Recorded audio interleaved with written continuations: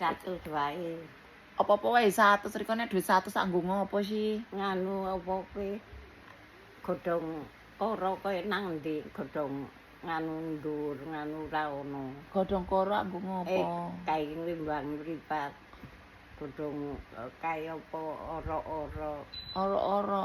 Heeh. Po mandi po. Mandi sapa sing guwang. Ngrimbang iki odok nang godhong koro, Mbok. Nang godhong jarak. Godhong jarak apa?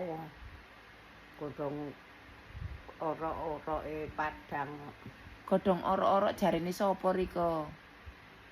Kae malah godhong entut-entutan riko sing nganu, sing nggo ngrimbang mambune teng-tengan. Tak goleki ra ketemu. Ngrimbang mripat ki nganggo godhong kae. Godhong anu, jarak. Omonge sapa? Lah ra percaya riko. Sesuk tak tukoke obat wae ya. Tetes Wah. mata ya. Gelem ora? Luweh.